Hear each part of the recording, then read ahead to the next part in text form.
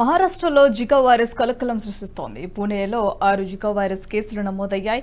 ఈ వైరస్ బారిన పడిన వారిలో 2 గర్భిణీలు ఉన్నారు. వారంలోనే 46 ఏళ్ల డాక్టర్ జికా వైరస్ బారిన పడినట్లుగా తెలిపింది మహారాష్ట్ర ఆరోగ్య శాఖ. అయితే ఇదే మహారాష్ట్రలో తొలి కేసు అని పేర్కొంది.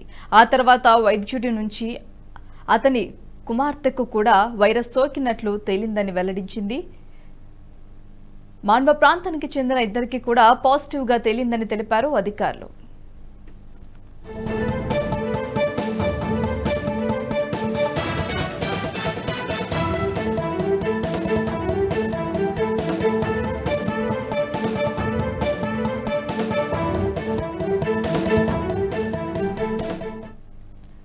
అరంద్వానీకు చెందిన 2 గర్భిణీలకు కూడా వైరస్ సోకినట్లుగా గుర్తించారు. ప్రస్తుతం వారిద్దరి పరిస్థితి నిలకడగానే ఉందని చెబుతున్నారు వైద్యులు. జికా వైరస్ కేసులు నమోదవ్వడంతో మహారాష్ట్ర ఆరోగ్య శాఖ అధికారులు అప్రమత్తమయ్యారు.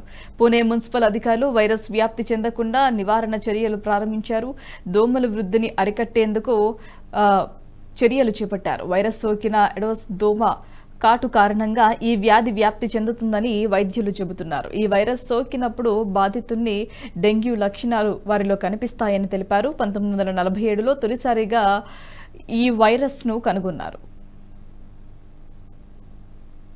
ఈ వీడియో మీకు నచ్చినట్టయితే లైక్ చేయండి, 10 మందికి షేర్ చేయండి. అలాగే కామెంట్ల రూపంలో మీ అభిప్రాయాలను మాతో పంచుకోండి. Nationalist hub group of channels ను సబ్స్క్రైబ్ చేసుకుని తెలుగునాట జాతీయవాద జర్నలిజాన్ని ప్రోత్సహించండి. ఈ వీడియో కింద ఉన్న బెల్ ఐకాన్ పై క్లిక్ చేయడం మర్చిపోవద్దు.